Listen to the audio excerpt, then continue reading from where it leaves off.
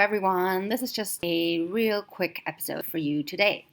Random dog fact of the month. So many dogs in Mexico City wear clothes, and I don't know why, because it really doesn't get cold here. Just something I've noticed and thought you should know. It's definitely way more dogs than in Vienna, and Vienna does get cold. And now, let's move on to the actual episode.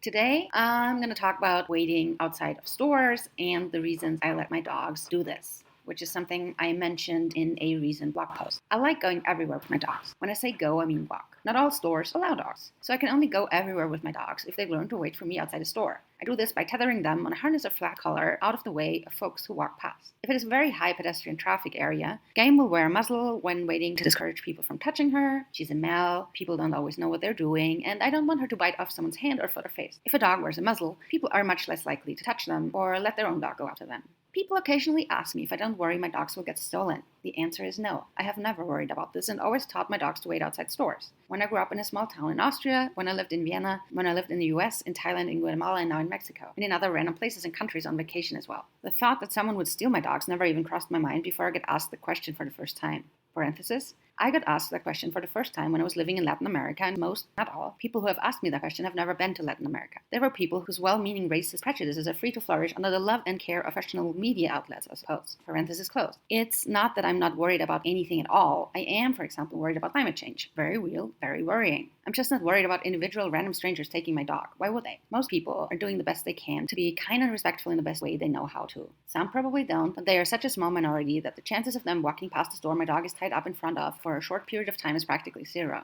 My dogs would also not just let a random stranger take their leashes and follow them. They would resist to enough of a degree that if you were to try and opportunistically steal them, you would probably drop the leashes before finishing the deal because you'd realize it is too hard to get my dogs to follow you. My dogs would then return to their waiting spot or come into the store to find me. Note that this is not something I actively thought about before making the decision to allow my dogs to wait in front of stores. It's a reverse engineered explanation for those who ask me the question. And yes, I'm street smart. I know where I need to do more than just leave my dogs outside a store for extended periods of time. These places are few and far between, and I don't avoid them. There's nothing wrong with these places and the people living in them. It's just places where someone, through no fault of their own, might be in need of something the government should be providing for them but doesn't. So in that case, I will tether my dogs with a padlock and tight fur saver. This means you can only untether them if you brought bolt cutters, and chances that you're just casually walking around the street with your bolt cutters are once again practically zero. Also, and this is probably the most important reason now that I reflect on it, the life quality increase I and my dogs experience by going almost everywhere together is worth so much more to me than if they hardly ever went places. I have now had, 7 dogs who have successfully been left outside of stores. Do you know how many hours, days, weeks, months, or years of walking or biking or inline skating on errands together bliss that adds up to? That's a rhetorical question. I don't know either, but it is a lot. If one day I lost a dog in that situation, it would still have been worth it, and I would do it again. I do not expect this hypothetical stolen dog event to happen, and here's why. I compare imaginary or real risks I take to my benchmark of being in a traffic accident. The chances of me or my dogs being in a traffic accident or getting run over by a car are for sure a lot higher than the chances of them getting stolen while waiting outside a store. Anything that has a lower or equal chance of happening than traffic accidents, I personally am fine with in terms of risks and benefits. Your risk assessment may differ, and that's of course okay. You do you, I do me. We'll meet in the overlap of our Venn diagram for a coffee.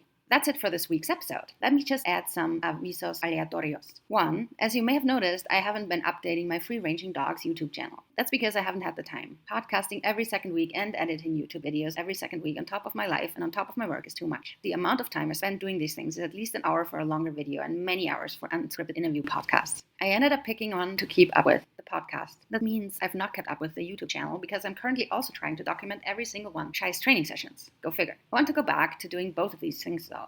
So I have decided that for now, I will turn both the YouTube channel and podcast in a monthly endeavor rather than a bi-weekly one. This should give me time to do both. That is to say, the next podcast episode will drop in 4 rather than 2 weeks. Second aviso aleatorio. If you like this podcast and want to support it, leave me an Apple Podcasts review. This is currently the only way to support my amateur endeavors in audio production because I do not have a Patreon page or run anyone's ads. Apple Podcast reviews are, from what I have been told, but have not fact-checked, extremely helpful because they cause the algorithmic magic to recommend podcasts to more people or something like that. I will also one day have a Patreon page, I suppose, but that is only happening if and when I have time to look into it, and that's about today. And here's a third aviso aleatorio. If you're a listener and have questions, just email me. I may not answer your question privately, but I might in a future podcast episode. You can find my email in the scribble from the edge of the universe, aka show notes. I want to crack up laughing every time I say show notes. It sounds so very posh to me. So going forwards, they shall be known as the scribbles from the edge of the universe instead.